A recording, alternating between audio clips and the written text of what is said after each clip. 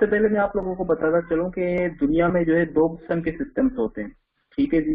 एक democratic system होते हैं, एक अथॉरिटेरियन सिस्टम होते हैं। फिर उसकी फर्दर नीचे ब्रांचेस होती हैं। डेमोक्रेटिक सिस्टम में आपको प्रेसिडेंशियल सिस्टम मिलेगा, पार्लियामेंट्री सिस्टम मिलेगा, ठीक है जी। इसी तरह अथॉरिटेरियनिज्म में आपको फाशिज्म जैसे नाजिज्म, ठीक है, मोनार्की हो गई, ठीक है, एब्सोल्यूट मोनार्की जिसको कहते हैं हम, वो मिलेंगे। तो बेसिकली जो हमारे पास होते हैं वो ब्रॉडर लेवल पर दो सिस्टम होते हैं, एक कौन सा डेमोक्रेटिक सिस्टम होता है, एक अथॉरिटेरियन सिस्टम होता है। तो इंशाल्लाह फिलहाल पहले हम जो डेमोक्रेटिक सिस्टम को पढ़ेंगे, इसकी वैल्यूज प्रैक्टिसेस क्या चीज है, ये डेमोक्रेसी आखिर है क्या, ठीक है। तो इंशाल्लाह कोशिश करेंगे इस एंगल से पढ़ेंगे कि आपको कभी ऐसे आ जाता है डेमोक्रेसी में तो आपको हेल्पफुल रहे।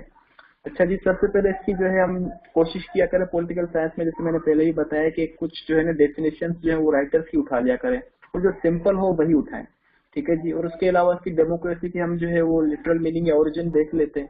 जो है it is direct from the two Greek words, पहले डेमोस विच मीन्स पीपल, लोग जिसको कहते हैं, Kratos which means the rule of the people, जिसको सिंपल लैंग्वेज में कहा जाता है। देन हमारे पास सीले की डेफिनेशन है government in which everyone has a share, ठीक है। अरिस्टोटल एक्चुअली डेमोक्रेटिक गवर्नमेंट के खिलाफ थे, हम पढ़ चुके हैं अरिस्टोटल को। तो उन्होंने कहा था कि it is the rule of the mob. अगर आपको कभी क्रिटिसाइज करना पड़ता है डेमोक्रेसी पे, इन केस कोई सवाल आ जाता है, तो आप उस पर अरिस्टोटल की डेफिनेशन जो है वो कोट कर सकते हैं। बट हमारे पास ये हमारी नेशनल डेफिनेशन भी है, इसको खानदानी डेफिनेशन भी कहते हैं। ऑलमोस्ट तकरीबन सबको ये डेफिनेशन पता होती है और हर कोई इसको कोट करता है और उसमें कोई बुराई नहीं है, आप कर सकते हैं। वो है अब्राहम लिंकन की definition, government of the people, by the people and for the people, ठीक है जी। ये डेमोक्रेसी की डेफिनेशन है। इसको आप भले ऐसे लिखें, आप अब्राहम लिंकन की सिंपल डेफिनेशन को कोट कर लें, कोई इशू नहीं होता। अच्छा जी, अब आते हैं कि इसके काइंड्स एंड एस्पेक्ट्स क्या होते हैं। सबसे पहले तो डेमोक्रेसी के काइंड्स पे बात करते हैं। तो काइंड्स जो है हमारे पास जमहूरियत के दो काइंड्स होते हैं, पहले है डायरेक्ट डेमोक्रेसी, देन हमारे पास है इनडायरेक्ट और representative democracy. Basically direct democracy जो थी वो अब इतनी नहीं रही। ये पहले जब हमने पढ़ा था, आप लोगों को याद होगा, ग्रीक सिविलाइजेशन में सिटी स्टेट्स होते थे, छोटे छोटे स्टेट्स, तो वहां पे ये डायरेक्ट डेमोक्रेसी हुआ करती थी। डायरेक्ट डेमोक्रेसी का मतलब क्या है कि इसमें जो है वो लोग खुद जाते थे, एक असेंबली बनाई होती थी लोगों ने, ठीक है, उसको असेंबली हॉल कहा जाता था। वहां जाते थे, खुद अपने मसले मसाइल डिस्कस करते थे, उस पर वोटिंग करते थे जो भी इशू होता था। जबकि आज के वक्त में हम देख रहे हैं कि हमारे पास रिप्रेजेंटेटिव फॉर्म ऑफ डेमोक्रेसी, हम अपने नुमाइंदे मुंतखब करते हैं एमएनएज एमपीएस की सूरत में, वो फिर जो है नेशनल असेंबलीज में जाते हैं, हमें जो है हमारी नुमाइंदगी करते हैं हमारे लोगों की, ठीक है जी। अच्छा, साउंड प्रॉब्लम हो रही है सबको, ये किसी एक दो को हो रही है?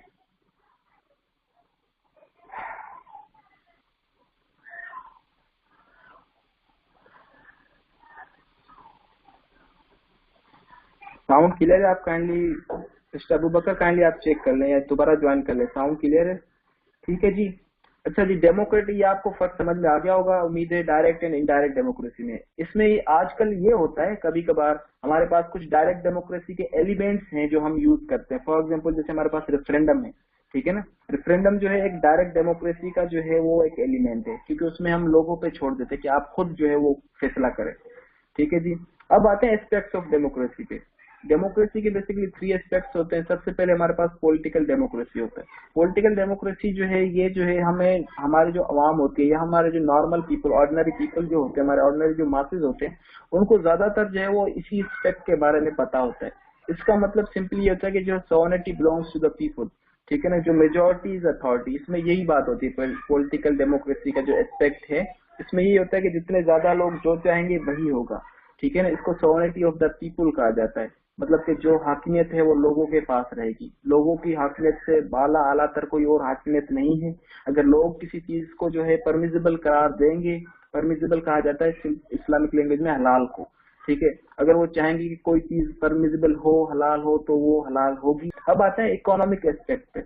इकोनॉमिक एस्पेक्ट जो है इसको हम सोशलिज्म के साथ काफी जो है ये मिलता जुलता है। इसमें ये बात की जाती है कि सबको जो है ना वेल्थ जो है इक्वली डिस्ट्रीब्यूट की जाए, ठीक है ना जी। तो सोशलिज्म में भी ऐसे ही होता है, इक्वलिटी ऑफ द आउटकम होता है। तो इसमें बेसिकली कहा जाता है कि वेल्थ को जो है वो इक्वली डिस्ट्रीब्यूट किया जाए, ठीक है ना। लेकिन ये जो इकोनॉमिक एस्पेक्ट जो है ये हमारे पास आजकल जो डेमोक्रेटिक स्टेट्स है उसमें नहीं देखा जाता, बिकॉज ऑफ द कैपिटलिज्म, ठीक है जी। उसके बाद हमारे पास थर्ड एस्पेक्ट आता है सोशल डेमोक्रेसी का। तो सोशल डेमोक्रेसी का एस्पेक्ट में जो है हमारे पास सोशल जस्टिस आती है, इक्वलिटी आती है। इस एस्पेक्ट को जो है हमारे पास स्पेशली इस्लाम में बहुत आला दर्जा दिया गया है कि भाई आप जो है एक इंसान को एक इंसान करके देखें, ठीक है ना जी। तो उसके बाद आते हैं इंग्रेडिएंट्स ऑफ द डेमोक्रेसी, मतलब कि कौन से इंग्रेडिएंट्स से कौन सी चीजें जो होती हैं वो डेमोक्रेसी बनाती हैं, ठीक है ना। जैसे for example in simple word में आपको बता दूं, जैसे बिरयानी होती है ना, अब बिरयानी के लिए इंग्रेडिएंट्स होते हैं ना कि भाई इतना मसाला डालना है, इस तरह से पकानी है, ठीक है, ये चीजें होंगी तो हम इसको बिरयानी कहेंगे, वरना वो पुलाव बन जाता है, ठीक है ना जी।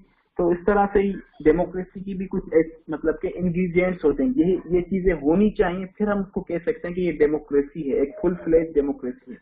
सबसे पहले यहाँ पे डेमोक्रेसी में कुछ इंस्टीट्यूशंस होते हैं, ठीक है। इंस्टीट्यूशंस में हमारे पास पॉलिटिकल पार्टीज आती हैं, अपोजिशन आती है, लेजिस्लेचर आते हैं, executive and judiciary and media, ठीक है। ये जो नीचे वाले ऑर्गन्स है इनको जो है ऑर्गन्स ऑफ द गवर्नमेंट या पिलर्स ऑफ द गवर्नमेंट भी कहा जाता है, ठीक है। मीडिया को फोर्थ पिलर कहा जाता है, बट ऑफिशियली नहीं, बट इनऑफिशियली कहा जाता है। देन हमारे पास वैल्यूज आती है। वैल्यूज में हमारे पास क्या है, कॉन्स्टिट्यूशनल गवर्नमेंट है, जस्टिस है, इक्वलिटी है, लिबर्टी है, इंडिविजुअलिज्म है, fundamental rights and rule of law, ठीक है। ये वैल्यूज सारी जब होंगी तो हम उसको कहेंगे कि ये डेमोक्रेसी है। फिर आते हैं हमारे पास कुछ प्रैक्टिसेस। प्रैक्टिसेस में क्या आता है, हमारे पास फ्री एंड फेयर इलेक्शंस आते हैं, ठीक है, जिसमें रैगिंग ना हो, फ्री एंड फेयर इलेक्शन हो, फ्री मीडिया हो गया, फ्री प्रेस इसको कहते हैं, respect for minorities, absence of social, economic, cultural and regional distinction on the basis of caste, claim, sex, nationality, color और religion। तो ये सारी चीजें जब होंगी किसी भी स्टेट में, उसको हम डेमोक्रेटिक स्टेट कहते हैं। अच्छा ये मसला क्या है, मसला पता है क्या होता है, आजकल जो वक्त चल रहा है ना, मॉडर्न जो हमारे जो एज है, इसमें सारी चीजें हैं मिक्स्ड, ठीक है। इवन आपको डेमोक्रेसी में भी अथॉरिटेरियन एलिमेंट्स मिलेंगे, इसको आगे हम डिस्कस करेंगे इंशाल्लाह, ठीक है। इवन अथॉरिटेरियन जो गवर्नमेंट्स होती हैं, स्टेट्स होते हैं, उनमें आपको डेमोक्रेटिक कुछ एलिमेंट्स भी मिलेंगे, ठीक है। इसी तरह से कैपिटलिज्म और सोशलिज्म में भी आजकल जो है वो बड़ा मसला चल रहा है, मिक्स्ड इकोनॉमी चल रही है, ठीक है ना। ज्यादा जिसका इंक्लाइन कैपिटलिस्ट इकोनॉमी की तरफ होता है उसको हम कैपिटलिस्ट कह देते हैं, बट उसमें सोशलिस्ट एलिमेंट्स भी होते हैं। तो आज मॉडर्न टाइम में जो ज्यादातर चीजें वो मिक्सचर चल रही है, तो हमें, ठीक है जी। अच्छा जी, अब आते हैं कि essential for the success of democracy क्या होते हैं, ठीक है ना, कि डेमोक्रेसी की सक्सेस के लिए कौन से इंग्रेडिएंट्स या कौन सी चीजें होनी चाहिए। अब इन केस कभी सवाल आ जाता है, ऐसे आ जाता है ना, ठीक है, तो आप जो है इन चीजों को देख सकते हैं। अगर आप देखते हैं कि ऐसी चीजें पाकिस्तान में हैं, ठीक है, तो फिर आप उनको लिखेंगे कि पाकिस्तान में तो कामकाज सही चल रहा है, डेमोक्रेसी का जमहूरियत सही चल रही है। अगर ऐसे आ जाता है कि जो है हर्डल्स हैं, तो फिर हर्डल्स कौन से हैं, फिर आप उसको इन चीजों में से निकाल सकते हैं। तो सबसे पहले हमारे पास एसेंशियल आता है, ठीक है, नेसेसिटी जिसको कह सकते हैं आप एसेंशियल को, वो आता है कि इनलाइटेंड सिटीजनशिप हो, मतलब कि लोग जो हो ना वहाँ पे रहने वाले, वो रेशनल हो और क्रिटिकल हो, उनको पता हो कि हमारे जो है राइट्स क्या हैं, हमारी ड्यूटीज क्या हैं, हमारे काम क्या हैं, ठीक है, कौन से अगर गवर्नमेंट एक्शन करेगी तो हमें जो है उससे इंक्रोचमेंट ऑफ राइट्स हमारी या लिबर्टीज में इंक्रोचमेंट हो रही है। तो सिटीजनशिप जितने भी लोग होते हैं उनको इनलाइटेड होना पड़ता है, ठीक है। तो सक्सेस ऑफ डेमोक्रेसी के लिए ये एक एसेंशियल है। देन हमारे पास दूसरा एसेंशियल आता है विजिलेंस का। विजिलेंस वर्ड की लिटरल मीनिंग होती है केयरफुलनेस, ठीक है। इसमें ये होता है कि इंसान को जो जो सिटीजन होते हैं किसी स्टेट के, उनको हमेशा जो है 24/7 जो है वो केयरफुल रहना पड़ेगा। केयरफुल किस सेंस में, ठीक है, वो ओबीडियंस तो करेंगे अपने स्टेट की, लेकिन ये भी देखेंगे कि उनकी ओबीडियंस रेशनल है या नहीं है, ठीक है जी। अगर वो कोई, जैसे फॉर एग्जाम्पल इसकी भी एग्जाम्पल सेम ही आप दे सकते हैं कि कोई गवर्नमेंट जो है कोई लॉ बना रही है, ठीक है, अगर वो जो है वो केयरफुल नहीं है, वो पैसिव अपना किरदार अदा करते हैं, पैसिव कैरेक्टर होता है। तो इसमें एक कोटेशन है बड़ी अच्छी, the rulers become masters when people are passive but rulers are their servant when the people are active. तो इसमें सारी बात है कि लोगों को एक्टिव रहना चाहिए, ठीक है। देन हमारे पास जो है थर्ड जो एसेंशियल आता है वो एजुकेशन आता है, ठीक है ना। एजुकेशन को जो है लास्ट की जो है बड़े पॉलिटिकल राइटर हैं, इन्होंने कहा है कि education is the backbone of the democracy, ठीक है ना। इस पे काफी मर्तबा ऐसे भी आ चुका है कि education and illiteracy and democracy can not move together, इस पे इंग्लिश ऐसे भी आ चुका है। तो एजुकेशन जो होती है वो, अगर ये ऊपर वाली चीजें हमें इनलाइटेंड सिटीजनशिप, विजिलेंस, ये सारी चीजें भी हमें जो है एजुकेशन से ही मिलेंगी।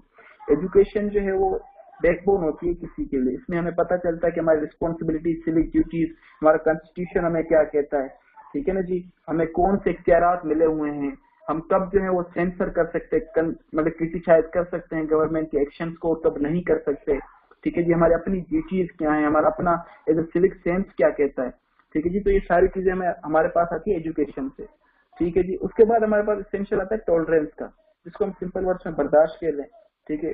टॉलरेंस के साथ साथ हमारे पास इसमें क्या आता है कि टॉलरेंस स्पेशली किस जगह पे इस्तेमाल की जाए, स्पेशली जब माइनॉरिटी की बात आ जाए, ठीक है ना, क्योंकि डेमोक्रेसी में हमें पता है कि रूल ऑफ मेजोरिटी होता है, तो कभी कभार जो है वो माइनॉरिटी जो है उसमें टॉलरेंस नहीं रहती, ठीक है ना, तो इस वजह से जो है वो डेमोक्रेसी जो है वो फेल हो जाती है। तो हमें एज अ माइनॉरिटी जो है, ठीक है, माइनॉरिटी नॉन मुस्लिम के सेंस में नहीं आ रहा है यहाँ पर जो कम लोग हैं जिन्होंने मतलब कि जिनके पसंदीदा नुमाइंदे या पसंदीदा गवर्नमेंट नहीं बनी, उनकी बात हो रही है, ठीक है जी।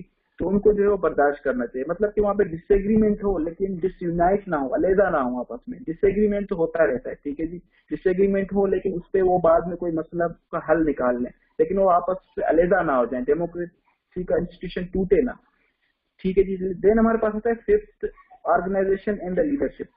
तो ये बहुत ही, it is the most important essential of for the success of democracy is well, ठीक है। ऑर्गेनाइजेशन देखें ना, हमारे पास जो आजकल जो सिस्टम से कंट्रीज जो बहुत बड़े हैं, ठीक है ना, पहले 60 स्टेट्स होते थे, अब जो हमारे पास स्टेट्स हैं, बड़े नेशन स्टेट स्पेशली, तो हमारे पास जो है वो दूसरी बात डाइवर्सिटी भी बहुत ज्यादा है, हर किस्म के लोग होते हैं स्टेट में, तो हमें जो है हर चीज को ऑर्गेनाइज करके रखना पड़ेगा, ठीक है ना। कौन सी रिस्पॉन्सिबिलिटीज किसको देनी है, ठीक है, कौन सी रिस्पॉन्सिबिलिटीज जो है वो किसको नहीं देनी, separation of powers and check and balance की फिलोसॉफी आप इस पे बड़ी अच्छी जो है अप्लाई कर सकते हैं, ये हम ऑलरेडी गो थ्रू कर चुके हैं, ठीक है जी। देन हमारे पास लीडरशिप अच्छी होनी चाहिए, क्योंकि आपको पता है कि जैसे फॉर एग्जाम्पल इन केस अगर हमारे पास एजुकेशन या इनलाइटेंड सिटीजनशिप इतनी अच्छी नहीं है, ऊपर वाले एलिमेंट, बट ये कि लीडरशिप में अगर ये सारी चीजें क्वालिटी होंगी तो आहिस्ता आहिस्ता वो लोगों तक भी फैलाएंगे, ठीक है ना जी। अब फिर आते हैं हमारे पास 6 पॉइंट आता है फंडामेंटल राइट्स, जो बुनियादी हुकूक होते हैं, ठीक है। तो कोशिश रहे कि डेमोक्रेटिक सिस्टम में ये जो राइट्स हों वो इंश्राइंड हो, स्पेशली किसमें, कॉन्स्टिट्यूशन में, ठीक है ना। आप देख लें इवन जो है चाइना के भी राइट्स जो है कॉन्स्टिट्यूशन में जो चैप्टर 4 था उसका पूरा जो है वो, सॉरी चैप्टर 2 जो है वो पूरा फंडामेंटल राइट्स पे बताया गया है। इवन जो हमारे पास जो है आर्टिकल 8 से लेके आर्टिकल 28 तक जो है वो फंडामेंटल राइट्स हमारे कॉन्स्टिट्यूशन में बताए गए, ठीक है जी। देन हमारे पास आता है कॉमन गोल्स। कॉमन गोल्स में हमारे पास आप इसकी एग्जांपल सिंपल दे सकते हैं कि नेशनल इंटरेस्ट, जो हमारी जो नेशनल इंटरेस्ट हो ना वो हमारे पैरोकियल इंटरेस्ट से ज्यादा हो, ठीक है ना। जैसे हमने पढ़ा था पॉलिटिकल कल्चर में, तो पॉलिटिकल कल्चर में एक पाकिस्तान का कल्चर जो है ना वो थोड़ा पैरोकियल के साथ भी मिलता है, मतलब इलाकाई सियासत से हमारी जो लॉयलिटी होती है वो इलाके के लोगों से ज्यादा होती है, कभी कभार नेशनल मतलब के लॉयलिटी से कम होती है। तो ये ना हो, कॉमन गोल्स में हमारा नेशनल इंटरेस्ट सेम हो, नेशनल आइडेंटिटी की एक स्ट्रेंथ हो हमारे पास। अच्छा जी, अब आते हैं क्रिटिकल एनालिसिस बेस के।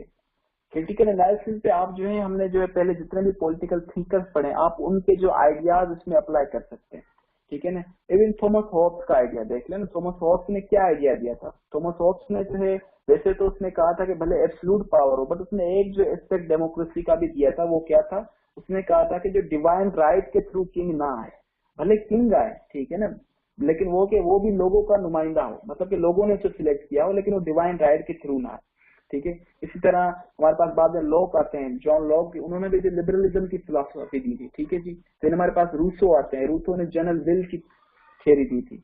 फिर हमारे पास जो है मोंटेस्क्यू आते हैं, मोंटेस्क्यू ने जो हमें separation of power and check and balance की फिलोसफी दी थी, ठीक है ना जी। इसी तरह से आगे काफी फिलोसफर्स आते हैं, आप उनकी एक एक चीज जो है वो लेके इसमें क्रिटिकल एनालिसिस में लिख सकते हैं, ठीक है। इसके अलावा काफी बुक्स हैं, लेकिन इसमें मैंने जो मोस्ट इंपोर्टेंट है ये 21 lessons for 21st century Yuval Noah Harari की है। तो इसमें आप इसको क्रिटिसाइज कर सकते हैं डेमोक्रेसी को, क्योंकि उसमें जो उसने बताया कि किस तरह से जो है ना इन्फोटेक एंड बायोटेक जो है वो आपस में मिल रहे हैं, उसमें सारा कुछ वो इन्फोटेक एंड बायोटेक को मर्ज कर दिया जाएगा। तो उसमें क्या होगा, को इंसान को जो है ना वो कंट्रोल भी कर पाएंगे। जब कंट्रोल हो पाएगा तो फिर डेमोक्रेसी तो नहीं रहेगी ना, फिर तो अथॉरिटेरियनिज्म आ जाएगा। डेमोक्रेसी का मतलब ये होता है कि फ्रीडम ऑफ स्पीच, ये सारी चीजें, सोशल जस्टिस, ये चीजें जब इंसान में कंट्रोल हो पाएगा तो फिर कैसी डेमोक्रेसी रहेगी। तो इसके क्रिटिकल एनालिसिस में आप ये चीज बता सकते हैं।